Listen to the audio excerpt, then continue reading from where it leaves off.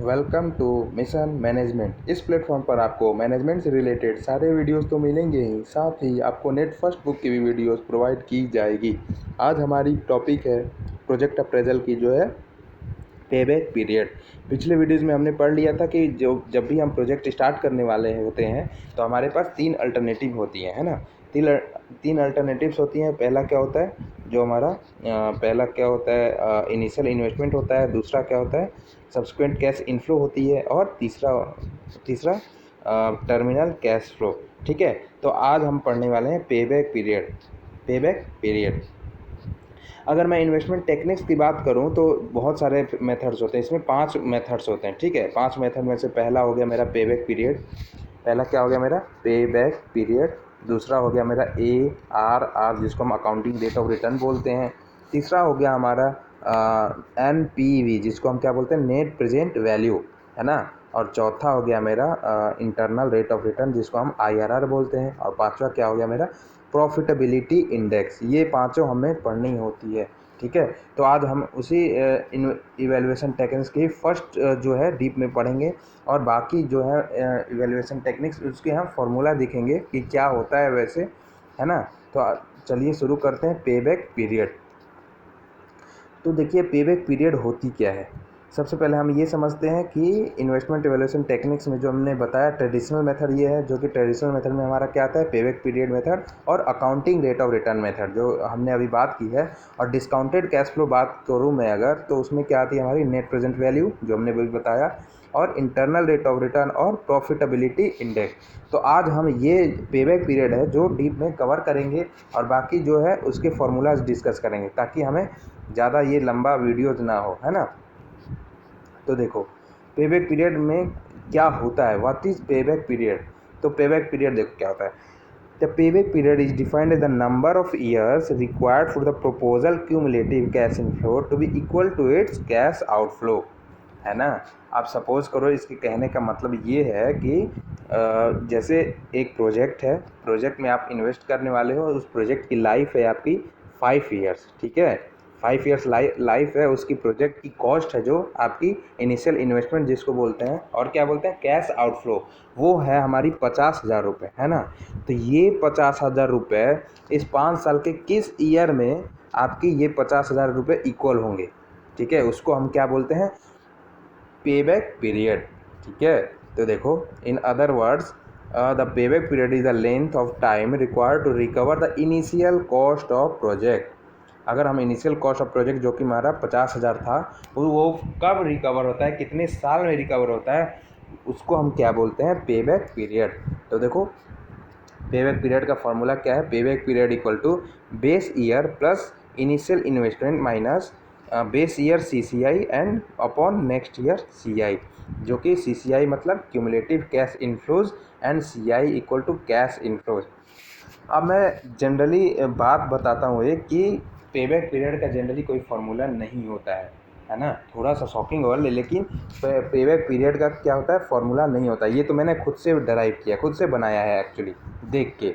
इसकी कोई ज़रूरत नहीं है। अगर पेबैक पीरियड के आप क्वेश्चन सॉल्व करने लगोगे तो इसकी कोई ज़रूरत नहीं पड़ने वाली है आपको, है ना। देखना कैसे निकलता है। देख, हम एक क्वेश्चन लेके आपको बताते हैं कि क्या होता है पेबैक पीरियड, कैसे हम निकालते हैं। ठीक है, तो देखो क्वेश्चन है हमारा क्या, a company is considering an investment of ₹1,00,000 in a project. एक प्रोजेक्ट है ना, उसको एक कंपनी क्या कर रही है, खरीदने को सोच रही है ना। उसकी कॉस्टिंग क्या है, 1,00,000 रुपये। ठीक है, the following are the income forecast after depreciation and tax. अब ये डेप्रिसिएशन टैक्स माइनस करने के बाद ये हमारा जो इनकम आता है, ये फर्स्ट ईयर में क्या है, 10,000 रुपये, सेकेंड ईयर में है हमारा 40,000 रुपये, थर्ड ईयर में है 60,000 रुपये, फोर्थ ईयर में है 20,000 रुपये, और फिफ्थ ईयर में नील है। ठीक है, और इससे इससे हमको क्या करना है, कैलकुलेट पेबैक पीरियड। ठीक है, अब क्वेश्चन स्टार्ट करने से पहले मैंने पिछले वीडियोज़ में ये बताया था, किसी भी प्रोजेक्ट के 3 क्या होते हैं, अल्टरनेटिव्स होते हैं। पहला इनिशियल इन्वेस्टमेंट, दूसरा क्या होता है, सब्सिक्वेंट कैश इनफ्लो, और तीसरा टर्मिनल कैश इनफ्लो। तो ये हमें हर क्वेश्चन में चेक करना पड़ेगा। ठीक है, तो पहला क्या होता है, देखो इनिशियल इन्वेस्टमेंट तो हमारा दे रखा है। ठीक है, दूसरा सब्सिक्वेंट कैश इनफ्लो, ये भी हमारा सब्सिक्वेंट कैश है ये। ठीक है, और थर्ड, तो इसमें टर्मिनल की बात नहीं की गई है इस क्वेश्चन में, ठीक है। तो देखो क्या करते हैं, अब ये हमने चेक कर लिया, इसकी हमने वेरिफिकेशन कर ली। अब हम क्या करते हैं कि ये देखते हैं कि आफ्टर टैक्स है या बिफोर टैक्स है। तो ये क्लियरली मेंशन है इस क्वेश्चन में कि the income forecast after depreciation and taxes. कहने का मतलब ये है कि ये जितने भी अमाउंट दिए हैं ये माइनस डेप्रिसिएशन एंड टैक्स करके दिए हुए हैं, है ना। अगर हमारे पास यही बिफोर होता क्वेश्चन के अंदर कि ये बिफोर होता तो क्या करते थे हम लोग, मैंने पिछले वीडियोज़ में ये बताया था, पहले हम लोग क्या करते थे, माइनस डेप्रिसिएशन करते हैं, ठीक है। उसके बाद वैल्यू जो आती थी उसमें क्या करता, उसके बाद जो मेरी प्रॉफिट आती थी उसके बाद हम क्या करते थे, प्लस डेप्रिसिएशन भी करते थे। चूँकि डेप्रिसिएशन हमारा क्या है, नॉन कैश आइटम है, तो हम क्या करते थे, डेप्रिसिएशन भी ऐड कर लेते थे लास्ट में, ठीक है। तो ये भी हमें ज़रूर क्लियर करना पड़ेगा। अब हम क्वेश्चन की बात करते हैं। क्वेश्चन में देखो क्या होता है हमारे पास। अब ये इससे हम इस क्वेश्चन से हम ये तो लगा सकते हैं अंदाज़ा कि हमारे पास ईयर 5 है ना, 5 साल का। चूँकि हमारे पास क्या दिया है, इनकम दिया है। देखो year 1, year 2, year 3, year 4 and year 5, ठीक है। अब कैश इनफ्लो कैसे आ रहा है, फर्स्ट ईयर में आपको 10,000 रुपये वो प्रोजेक्ट दिया। इनिशियल इन्वेस्टमेंट हमेशा ध्यान रखना 1 लाख रुपये है ना। 1 लाख रुपये में फर्स्ट ईयर आपको क्या दिया, 10,000 रुपये आपके पास इनकम आई। सेकेंड ईयर में 40,000, थर्ड ईयर में 60,000, फोर्थ ईयर में 20,000 एंड फिफ्थ ईयर में आपके पास कुछ भी ये जो प्रोजेक्ट है कुछ भी रिटर्न नहीं दी, है ना। अब देखो क्यूमुलेटिव कैश फ्लो निकालते हैं हम, cumulative cash inflow. Cumulative cash inflow होता क्या है, देखो क्यूमुलेटिव कैश इनफ्लो कुछ नहीं होता बल्कि क्या होता है, ये कितने साल में हम कितना पैसा इकट्ठा कर लिए, टोटल कितना अमाउंट हम इकट्ठा कर लिए, वो होता है हमारा क्यूमुलेटिव कैश इनफ्लो। अब देखो 1 साल के पहले ईयर 0 होता है, मैंने बताया था फाइनेंशियल मैनेजमेंट के में क्या बोलते हैं ईयर 0 में, आज के दिन। तो आज के दिन में हम ये क्या कहें, 1 लाख रुपये, हम 1 लाख रुपये की प्रोजेक्ट खरीदे हैं, कैश आउटफ्लो है मेरा, है ना। तो कैश आउटफ्लो है तो ईयर 1 में देखो कैश इनफ्लो हुआ है कि नहीं, ईयर 1 में हमारा 10,000 रुपये है ना। तो क्यूमुलेटिव क्या हो गया, क्यूमुलेटिव में हम क्या बात करते हैं, टोटल कितना पास हमारे पास अमाउंट इकट्ठा हो गया। तो ईयर 1 की बात करें तो 10,000 रुपये है, तो 10,000 रुपये हमारा इकट्ठा हो गया, ठीक है। अब ईयर 2 की बात करते हैं, 40,000 हुआ, तो मतलब ईयर 1 में भी हमारे पास 10,000 रुपये था और ईयर 2 में कितना था, 40, दोनों मिला के 50,000 रुपये, ठीक है। ईयर 3 में 60,000 रुपये, मतलब ये 10 भी आ गया, 40 भी आ गया और 60 भी आ गया, तो मेरा पास कितना हो गया टोटल, 1,10,000 रुपये, ठीक है। अब ईयर 4 की बात करूँ मैं, 20,000 रुपये हमारे पास फिर आया। तो ईयर फर्स्ट में 10,000 आया था, ईयर सेकंड में 40 और ईयर थर्ड में 60 और ईयर फोर्थ में हमारे पास 20, तो टोटल हमारे पास हो गया 1,30,000, है ना। और ईयर 5 में जो है मेरा प्रोजेक्ट कुछ भी रिटर्न नहीं दिया, नील दिया, कुछ भी नहीं, 0। तो हमारे पास देखो 31 का 31 ही है वैसे, ठीक है। तो ये हमारा था क्यूमुलेटिव कैश इनफ्लो। अब हमें पेबैक पीरियड निकालना है। तो पेबैक पीरियड में देखो फार्मूला क्या है, पेबैक पीरियड मैंने बोला था, पेबैक पीरियड का जनरली कोई फार्मूला नहीं होता है, बस ये मैंने खुद से एक फार्मूला जनरली बना दिया ताकि एक स्टूडेंट जो कि होता है कि फार्मूला पे ही कोई डिपेंड होता है तो फार्मूला उसके लिए है, बाकी आप क्वेश्चन करोगे तो फार्मूला खुद पे खुद समझ में आ जाएगा। अब देखो कहने का क्या मतलब है, यहाँ देखते हैं। पहले देखो कंपनी की जो है हमारी इनिशियल इन्वेस्टमेंट थी 1 लाख रुपए है, और हम पेबैक पीरियड के डिफिनेशन में ये पढ़ते हैं कि ये 1 लाख रुपए किस ईयर में हमारी एग्जैक्ट कंप्लीट हो जाएगी, है ना।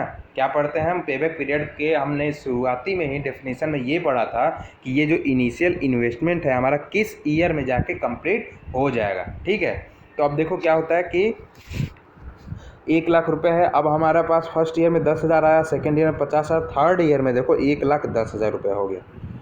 थर्ड ईयर में क्या हो गया, 1,10,000 रुपये हो गया। अब 10,000 रुपये हम क्या कर गए, क्रॉस कर गए, है ना। तो क्रॉस कर गए तो मतलब ये है, अब 10,000 रुपये यहाँ क्रॉस कर गए, मतलब ये इसके ऊपर देखेंगे। अब इसके ऊपर देखो ये वाला, है ना।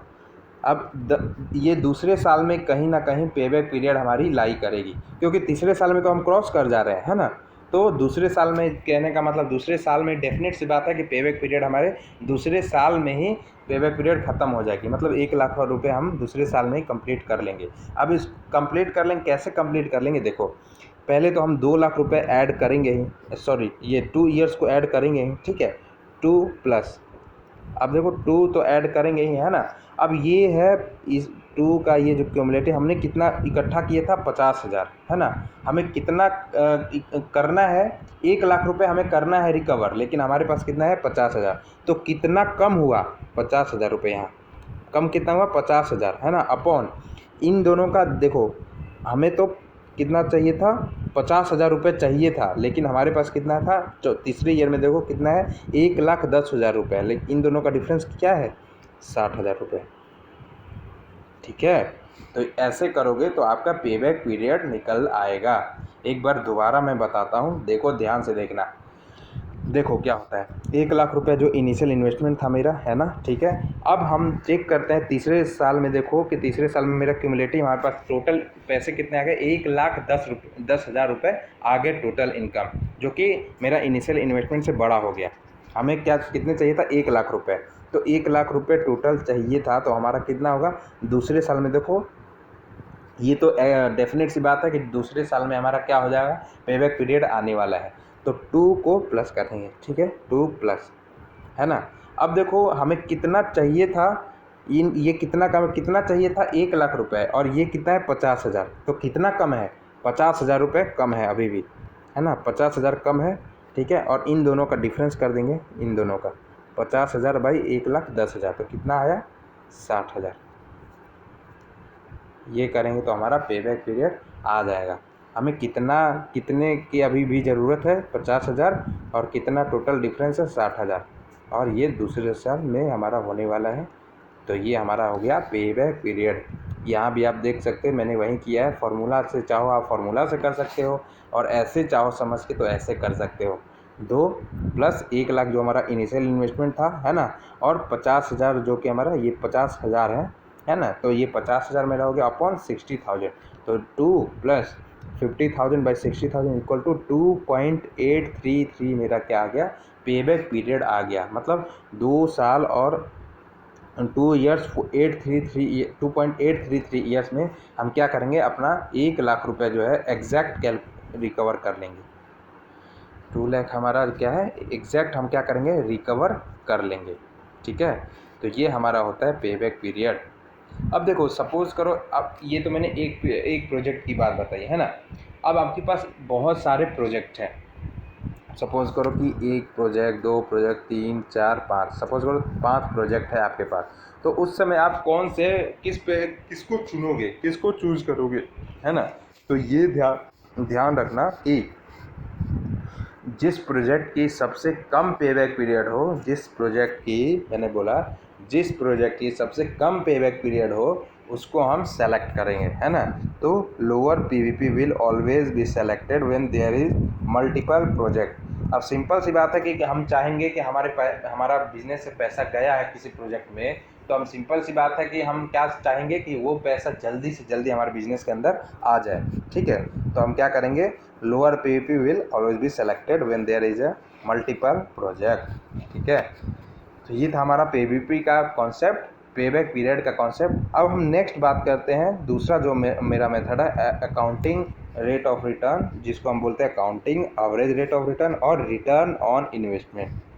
ये तीनों नाम हम बोलते हैं, एवरेज रेट ऑफ रिटर्न को, या अकाउंटिंग रेट ऑफ रिटर्न, या रिटर्न ऑन इन्वेस्टमेंट।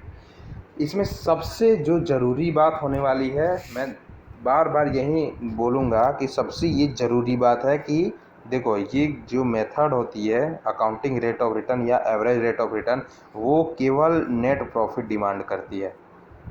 ये वाली इसमें कैलकुलेशन में क्या होता है, हमारा नेट प्रॉफिट पे हम इसकी कैलकुलेशन करते हैं।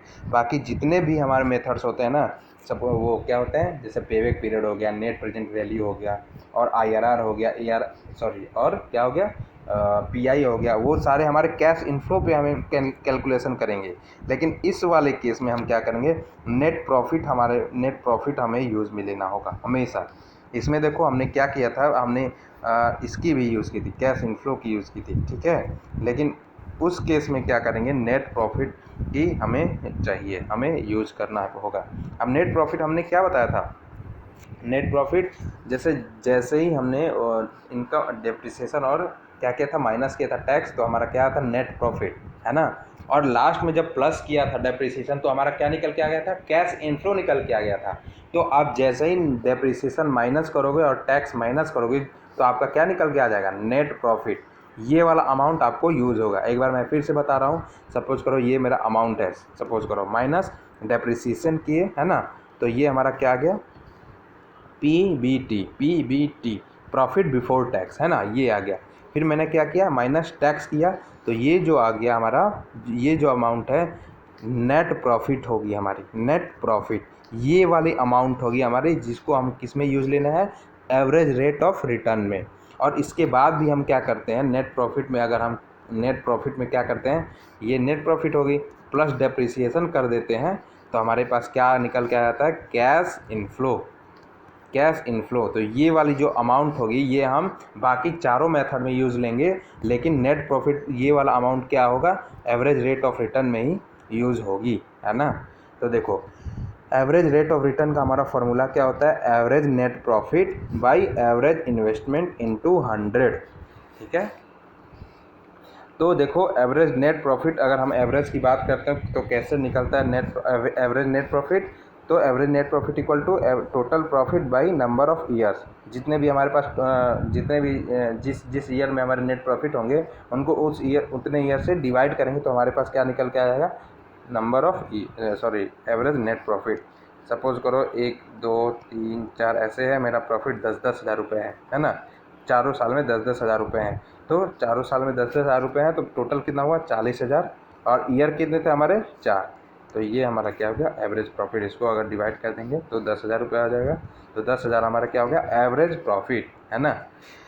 सेम उसी तरह हम एवरेज इन्वेस्टमेंट की बात करते हैं, तो एवरेज इन्वेस्टमेंट क्या होता है, initial investment plus terminal value by 2। Initial investment हम शुरू में कितना खर्चा किए हैं, और टर्मिनल मतलब लास्ट में हमें प्रोजेक्ट बेच के कितना मिला है, उसको हम 2 से डिवाइड करते हैं, तो हमारा क्या होता है, एवरेज इन्वेस्टमेंट निकल के आ जाता है ना। अब देखो ARR का एक अल्टरनेट फार्मूला और होता है, क्या होता है, cost of assets plus installation expenses plus scrap value by 2 plus working capital.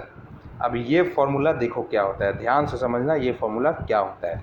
देखो cost of assets plus installation expenses, है ना, cost of assets plus installation expenses, इसको हम लोग क्या बोलते थे, एक और चीज़ बोलते थे, इसको हम लोग क्या बोलते थे, इनिशियल इन्वेस्टमेंट तो ही बोलते थे, है ना।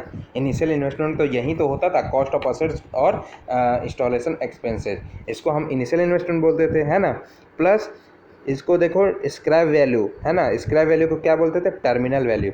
ये बेसिकली इसी एवरेज इन्वेस्टमेंट का ही, ये देखो initial investment plus terminal value, इसी का एक्सपेंडेड फॉर्म है ये वाला फार्मूला, इसी का एक्सपेंडेड फॉर्म, जिससे हम ARR को कैलकुलेट करते हैं। तो क्या होता है, installation expenses plus cost of assets plus installation expenses plus scrap value या टर्मिनल वैल्यू बाई 2। तो ये क्या करेंगे, और प्लस लास्ट में क्या करेंगे हम, वर्किंग कैपिटल, चूँकि हमारे पास लास्ट में भी वर्किंग कैपिटल होगी ही कुछ ना कुछ, तो वर्किंग कैपिटल बाई 2 डिवाइड करने के बाद हम प्लस करेंगे वर्किंग कैपिटल को, अगर तो हमारे पास क्या निकल के आ जाएगा, ARR। ये है ARR का अल्टरनेट फार्मूला। या तो आप इससे ARR कैलकुलेट कर सकते हो, या तो आप इससे कैलकुलेट कर सकते हो, ठीक है। अब हम नेक्स्ट आते हैं, थर्ड जो हमारा है net present value, net present value. तो हम ये तो जो क्वेश्चन करेंगे बारी बारी डिस्कस करेंगे ही, अभी हम फार्मूला, सिंपल सा फार्मूला देख लेते हैं, फार्मूले के अंदर क्या क्या होता है। तो नेट प्रेजेंट वैल्यू क्या आता है, net present value equal to present value of cash inflow, और माइनस जैसे ही करते हैं present value of cash outflow. जो हमारा इनिशियल इन्वेस्टमेंट होता है और कैश इनफ्लो जो हम निकालते हैं इसके अंदर, नेट प्रेजेंट वैल्यू के अंदर, तो कैश इनफ्लो हमने निकाला, उसको माइनस किया कैश आउटफ्लो से, तो हमारा क्या निकल के आ जाएगा, नेट प्रेजेंट वैल्यू, जो कि हमारा होता है NPV।